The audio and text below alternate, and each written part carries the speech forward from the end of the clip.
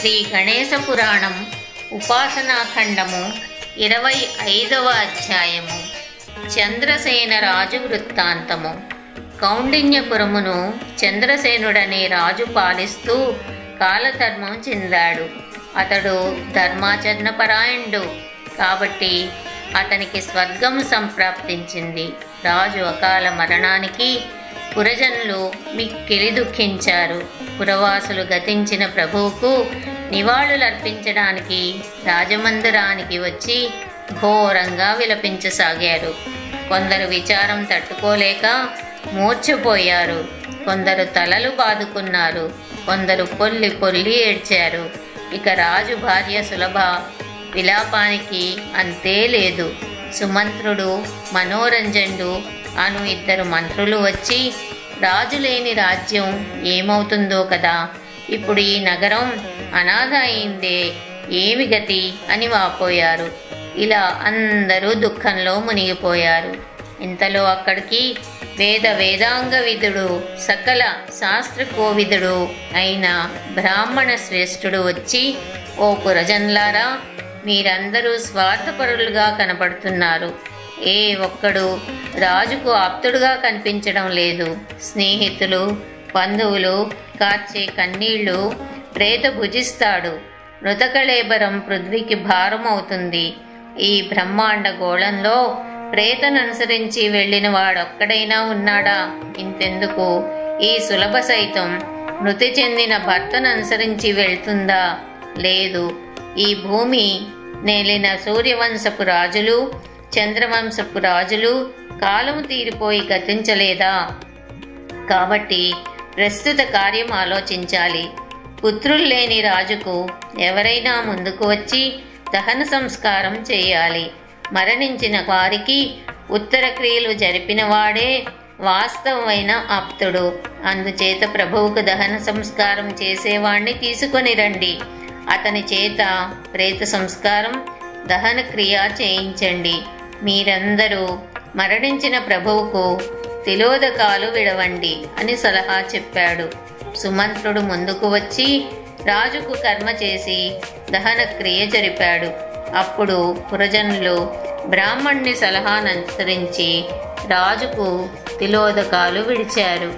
అందరూ తర్వాత స్నానాలు చేసి శివాలయానికి వెళ్ళి పరమేశ్వరుని దర్శించి వేపాకు నవిలి ఎవరి తావులకు వాళ్ళు వెళ్ళిపోయారు. దినవారాలు పూర్తయ్యాక 13వ రోజున విధవరాలైన రాణికి కొత్త బట్టలు కట్టబెట్టారు. ఇలా రోజులు గడుస్తూ వచ్చాయి. ఒకనాడు పట్టపు రాణి, మంత్రులు కలిసి రాజ్యపాలన విషయమై ఆలోచించసాగారు. ఇంతలో అక్కడకు ముద్గల మహర్షి వచ్చాడు.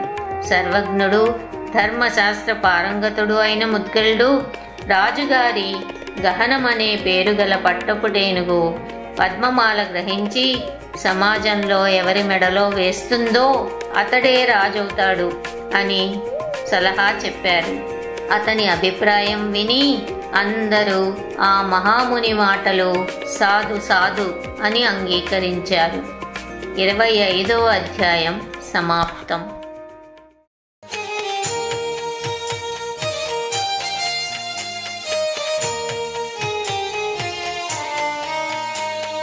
శ్రీ గణేశ పురాణము ఉపాసనాఖండము 26వ అధ్యాయము. దక్షుని రాజ్యాభిషేకము. ఒక శుభదినమున పట్టపుటేనుగును చక్కగా అలంకరించి దానిని పూజించి ఒక మణిహారమును దానికి అందించి, ఓ గజరాజమా, నువ్వు ఈ మణిహారమును ఎవరి మెడలో వేస్తావో అతడే ఈ రాజ్యానికి రాజవుతాడు అని నమస్కరించి భద్రగజమును జనుల మధ్యకు విడిచిపెట్టారు పురజనులు. ఆ అదృష్టం నన్ను వరిస్తుందంటూ సంబరపడుతూ బారులు తీర్చి నిలబడ్డారు. గజరాజు మణిహారాన్ని తన తుండంతో గ్రహించి జనసమూహం మధ్య తిరుగుతూ ప్రతి ఒక్కరిని ముట్టుకుంటూ చివరకు ఊరు విడిచి వెళ్ళిపోయింది. కొందరు మనకు ఆ అదృష్టం లేదనుకుని వాళ్ళ ఇళ్లకు మరలిపోయారు. కొందరు ఆవేదనతో వెంట వెళ్ళారు. పట్టపుటేనుగు సరాసరి గణేశుని పూజిస్తున్న దక్షుని ఇంటికి వెళ్ళి అతడి మెడలో మణిహారం వేసింది. ఏనుగును అనుసరించి వెళ్ళిన పురజనులు జయ జయధ్వానాలు చేశారు, దుందుబులు మ్రోగించారు, దేవతలు పూలవాన కురిపించారు. ఏనుగుతో కూడా వెళ్ళిన మంత్రులు దక్షునికి నమస్కరించి, మహాత్మా, ఈ పట్టపుటేనుగు ఎవరి మెడలో మణిహారం వేస్తే అతడే ఈ రాజ్యమునకు రాజు. మీ మెడలో హారం వేసింది కాబట్టి మీరే మాకు రాజు అని విన్నవించారు. నగరవాసులు దక్షునకు నూతన వస్త్రాలు బహుకరించారు. దక్షుడు సహజంగా దైవ బ్రాహ్మణ భక్తి కలవాడు కాబట్టి అతడు ముందుగా దేవుణ్ణి పూజించాడు. పిదప సద్బ్రాహ్మణులను భూరి దానాలతో సత్కరించారు. తర్వాత తన తల్లిని పూజించి ఆమెకు నూతన వస్త్రాలు సమర్పించాడు. ఆమె చేత అనేక దానాలు చేయించాడు. తల్లిని ఒక పల్లకీపై కూర్చోబెట్టి తాను భద్రగజమునెక్కి మంత్రులు గుర్రములపై తోడురాగా ధ్వజ పతాకాలతోనూ తోరణాలతోనూ లెస్సగా అలంకరింపబడిన పురంలో ప్రవేశించాడు. అప్పుడు గంధర్వులు గానం చేశారు, అప్సరసలు నాట్యం చేశారు. పురజనులు స్వస్తి వాక్యములు పలుకుతూ దక్షుని నగరంలోనికి ఆహ్వానించారు. తదుపరి రాజనాంచనాలతో అతన్ని సభాభవనానికి తోడుకుని వెళ్ళారు. మంత్రులతోనూ సామంతులతోనూ నగరవాసులతోనూ సభాస్థలికి కిరిసి ఉంది. దక్షుడు తనకు గురువు దైవము అయిన ముద్గల మహర్షిని ఆహ్వానిస్తూ శ్రీముఖం పంపాడు. సుమంత్రుడనే మంత్రితో కూడా సవారీని పంపాడు. మంత్రి మహర్షిని సాదరంగా ఆహ్వానించి పల్లకీలో కూర్చోపెట్టి తీసుకుని వస్తూ ఉండగా దక్షుడు ఎదురేగి మహర్షికి స్వాగతం పలికి ప్రణమిల్లి సభాస్థలికి తోడ్కొని వచ్చి ఒక ఉన్నతాసనంపై మహర్షిని కూర్చోబెట్టి మహర్షి అనుమతితో తానొక ఆసనంపై కూర్చుని, గురువర్యా, ఇదంతా తమ కటాక్ష బలము, తమ మహత్యం పురజనులు గుర్తించారు. తమ అనుగ్రహం వల్లనే కదా నాకు అందమైన శరీరం కలిగింది. తమ కృప వల్లనే నాకు ఈ రాజ్యం సంప్రాప్తమైంది. తమరు నాకు సాక్షాత్తు నరరూప గణపతులు. ఓ ఋషివర్య, మీ కరపద్మంను నా శిరస్సుపై ఉంచి నన్ను ఆశీర్వదించండి అని ప్రార్థించాడు. ముద్గలుడు దక్షుని వినయ విధేతలకు మిక్కిలి సంతోషించి, నతే భయం రిపుకృతం భవిష్యతి కదాచన యం యం కామయసే కామం సర్వం తత్తే భవిష్యతి. ఓ రాజా, నీకు ఎప్పటికీ శత్రుభయం ఉండదు. నువ్వు ఏమిటి కోరుకుంటే అది నీకు జరుగుతుంది అని దక్షుని శిరస్సుపై చేయి ఉంచి ఆశీర్వదించాడు. వేదోక్తంగా దక్షుని పట్టాభిషేకోత్సవం ఘనంగా జరిగింది. దక్ష మహీపతి ముద్గల మహర్షిని గో భూదానాలతో సత్కరించాడు. మిగిలిన బ్రాహ్మణులను యథార్హమైన దానాలతో సంతృప్తిపరిచాడు. బ్రాహ్మణులు రాజును ఆశీర్వదించి వారి వారి ఇండ్లకు మరలిపోయారు. తర్వాత రాజు మంత్రులకు అంతఃపుర పరివారమునకు గ్రామాది దానములిచ్చి వారందరినీ సంతోషపెట్టాడు.